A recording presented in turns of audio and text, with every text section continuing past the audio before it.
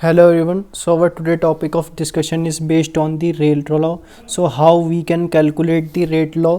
तो वो हम आज की वीडियो में देखेंगे। तो सबसे पहले जैसे कि रिएक्शन यहाँ पे हमको गिवन है ए से बी में कंप्लीट हो रही है और यहाँ पे हमने के जो है रिप्रेजेंट किया है रेट लॉ से, जिसको हम बेसिकली रेट कांस्टेंट भी कहते हैं। तो रेट लॉ कैसे लिखते हैं, ठीक है। तो रेट कांस्टेंट का हम यूज़ करके रेट लॉ को लिख रहे होते हैं। तो आपको जो है रेट लॉ में मेंशन करना है कि concentration of A to the power N. अब एन क्या है, यहाँ पे एन है हमारी ऑर्डर ऑफ द रिएक्शन। तो एन जो है हमारी 0 भी हो सकती है, एन 1 भी हो सकती है और एन हमारी 2 भी हो सकती है। एन जब हमारा 0 होगा तो वो हमको रिप्रेजेंट कर रहा होगा 0 ऑर्डर रिएक्शन से। एन जब हमारा 1 होगा तो वो हमको रिप्रेजेंट कर रहा होगा फर्स्ट ऑर्डर रिएक्शन से। और जब हमारा एन 2 होगा वो हमारा रिप्रेजेंट कर रहा होगा सेकेंड ऑर्डर रिएक्शन से। और सेकेंड ऑर्डर रिएक्शन जो है हम बेसिकली सेकेंड ऑर्डर रिएक्शन को हम बेसिकली जो है फर्स्ट ऑर्डर रिएक्शन में कन्वर्ट करते हैं, उसके अंदर चेंजेस करके, जिसको हम रेफर कर रहे होते हैं और नेम देते हैं सेकेंड ऑर्डर रिएक्शन का, that is the pseudo first order reaction. ठीक, अब यहाँ पे सेकंड एग्जांपल में आप देखेंगे जैसे कि 2a से यहाँ पे हमारे b फॉर्मेशन हो रहा है और यहाँ पे हमने रेट कांस्टेंट k का यूज किया है। तो यहाँ पे हम जो है रेट लॉ लिखेंगे k a to the power n, और n जो है यहाँ पे अब जो है बेसिकली रिप्रेजेंट करेगा ऑर्डर ऑफ द रिएक्शन को। ठीक है, तो रेट लॉ हो जाएगा K A into concentration of A to the power N. This is regarding the rate law, but if we need to write the differential rate so we can write as the minus D concentration of A by D T.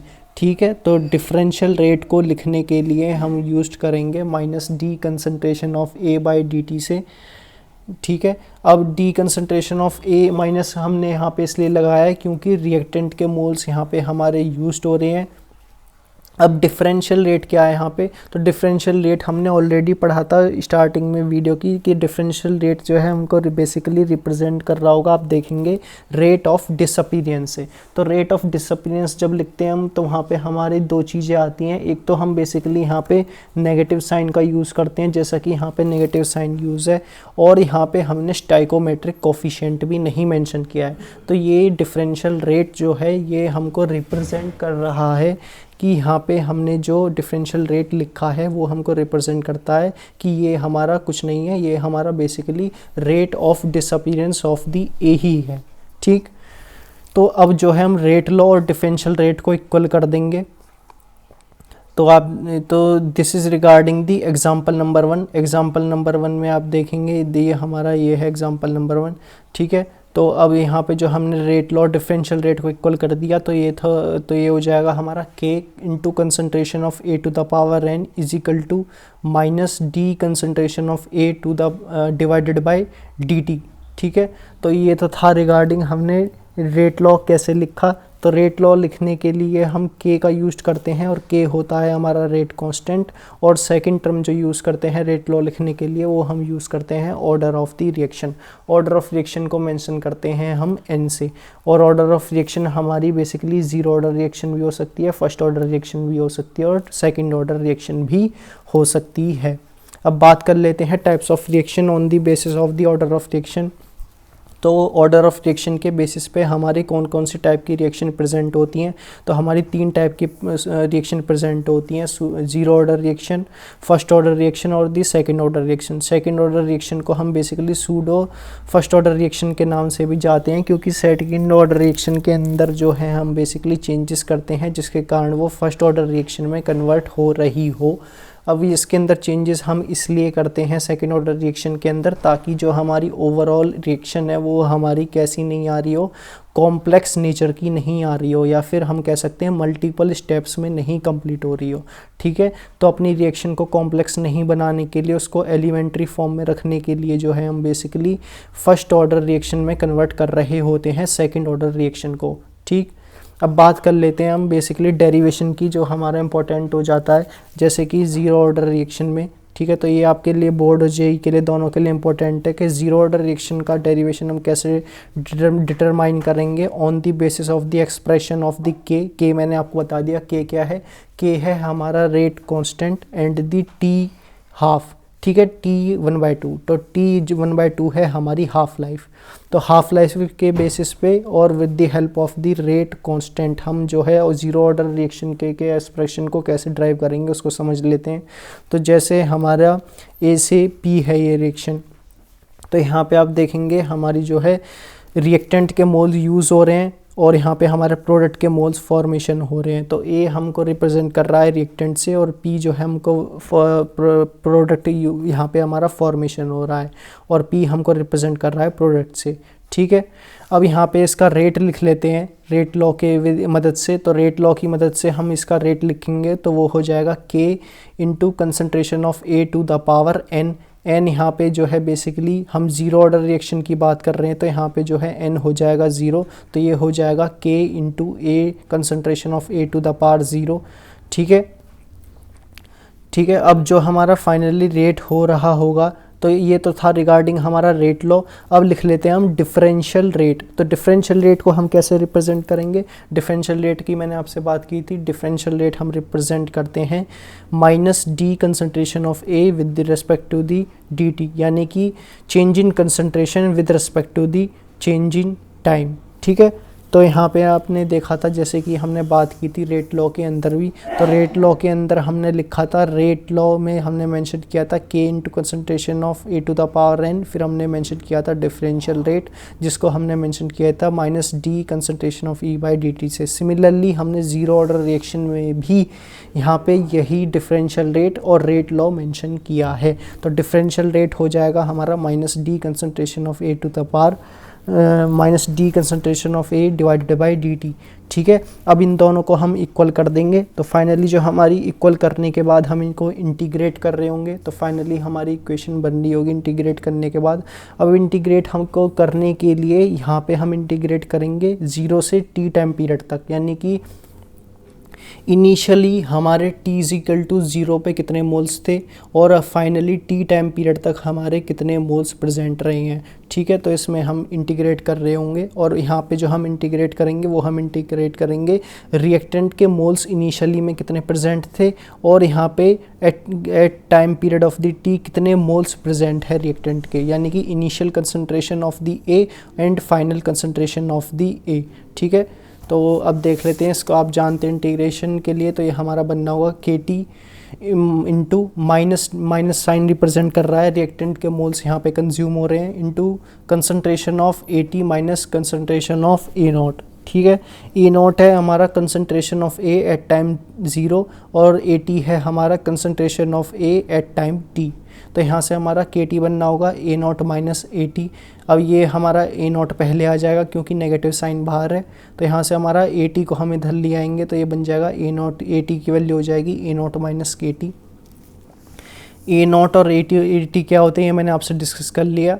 ठीक है, unit की बात कर लेते हैं अब। तो unit of के क्या हो जाएगी? यूनिट ऑफ के होती है हमारी concentration into -1 minus N into second inverse. For zero order reaction it will become that the concentration into 1 minus 0 in concentration to the power 1 minus 0 into second inverse, which will become as the molar liter inverse second inverse, so that will be the unit of the K।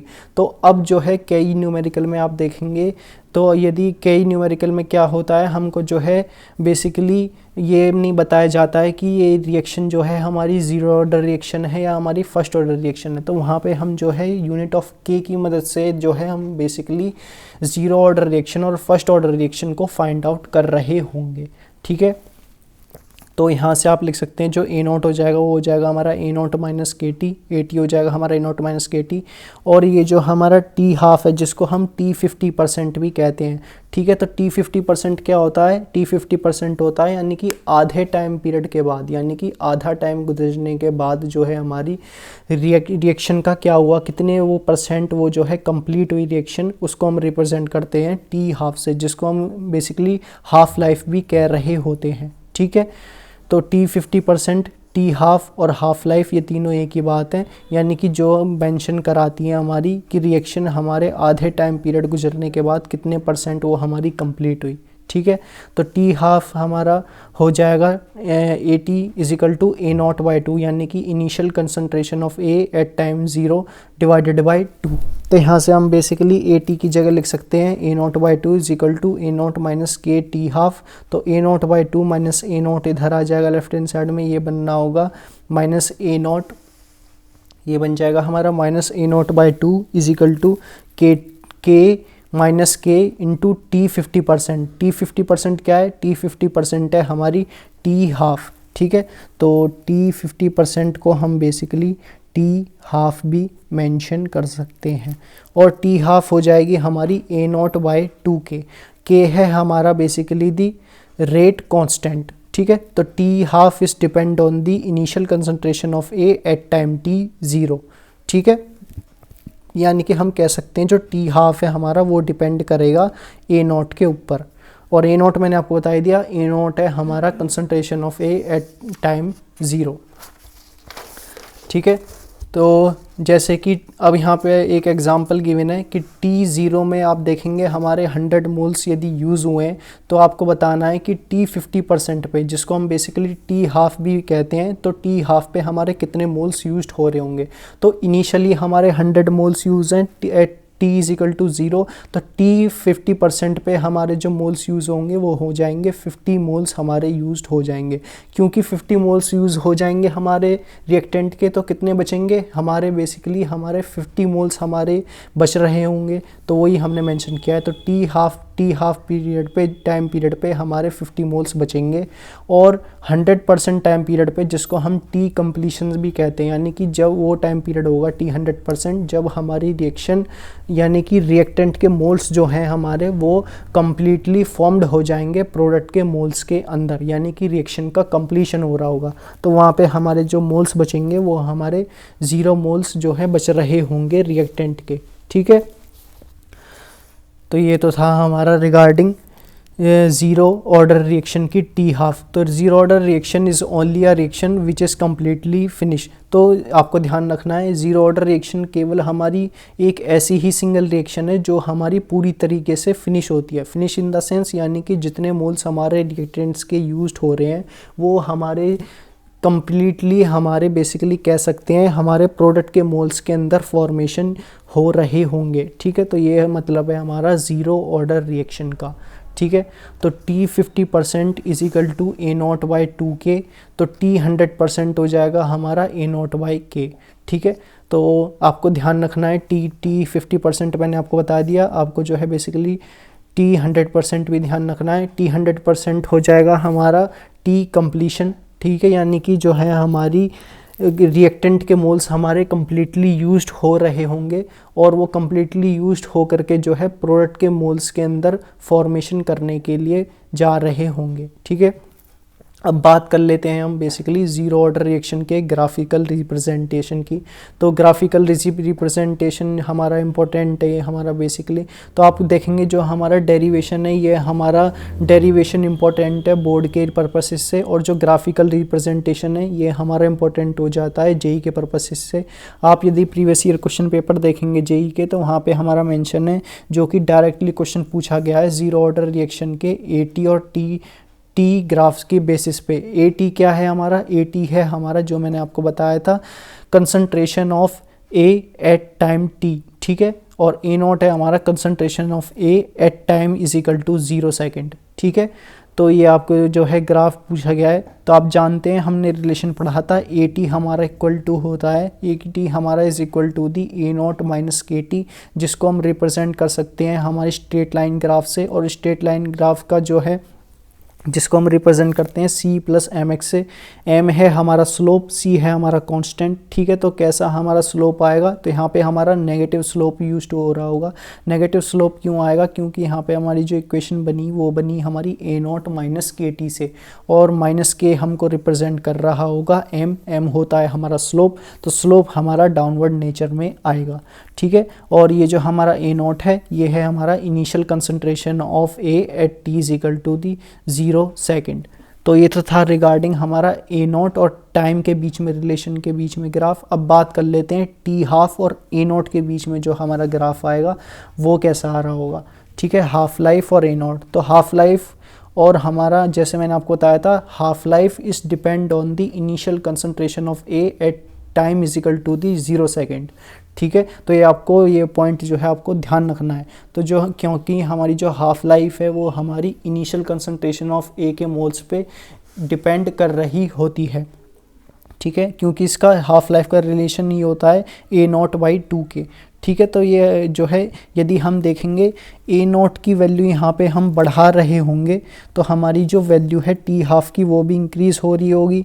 तो हमारा graph कैसे आएगा, graph जो है हमारा basically straight line में ही आएगा और ये हमारा समय के साथ साथ इंक्रीज़ हो रहा होगा। आप देखेंगे इनिशियल कंसंट्रेशन ये हमने यहाँ पे ए नॉट ली तो टी हाफ हमारा यहाँ पे सपोज 10 सेकंड है, यहाँ पे इनिशियल कंसंट्रेशन है हमारी बेसिकली 2 सेकंड। फिर हमने जो है बेसिकली यहाँ पे ग्राफ को इनिशियल कंसंट्रेशन को इंक्रीज़ किया, यहाँ पे हमारी इनिशियल कंसंट्रेशन होगी हमारी 5 सेकेंड, तो यहाँ पे ये हमारी टी हाफ भी बढ़ रहा होगा, ये हो जाएगा हमारा सपोज 15 सेकेंड। ठीक है, तो ये हमारा जो है टी हाफ इनिशियल कंसंट्रेशन के साथ इंक्रीज्ड हो रहा होगा। ठीक है, तो ये हमारा ग्राफ इंपॉर्टेंट हो जाता है regarding the zero order reaction. ठीक है, तो इस वीडियो में हम इतना ही रखते हैं, बाकी की नेक्स्ट वीडियो में हम डिस्कशन कर रहे होंगे फर्स्ट ऑर्डर रिएक्शन की। तो इस वीडियो में आपने क्या क्या समझा, इस वीडियो में समझा हमने रेट लॉ। रेट लॉ कैसे लिखते हैं हम, रेट लॉ लिखते हैं हम basically K into concentration of A to the power N से।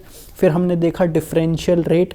डिफरेंशियल रेट कैसे मेंशन करते हैं, डिफरेंशियल रेट हम मेंशन कर रहे होते हैं if we suppose if we take the reaction of A gives the B, तो यहाँ पे हम रिप्रेजेंट करेंगे डिफरेंशियल रेट लॉ को D minus D concentration of A by D T से। और माइनस साइन हमने इसलिए यूज़ किया क्योंकि रिएक्टेंट के मोल्स यहाँ पे कंज्यूम हो रहे हैं।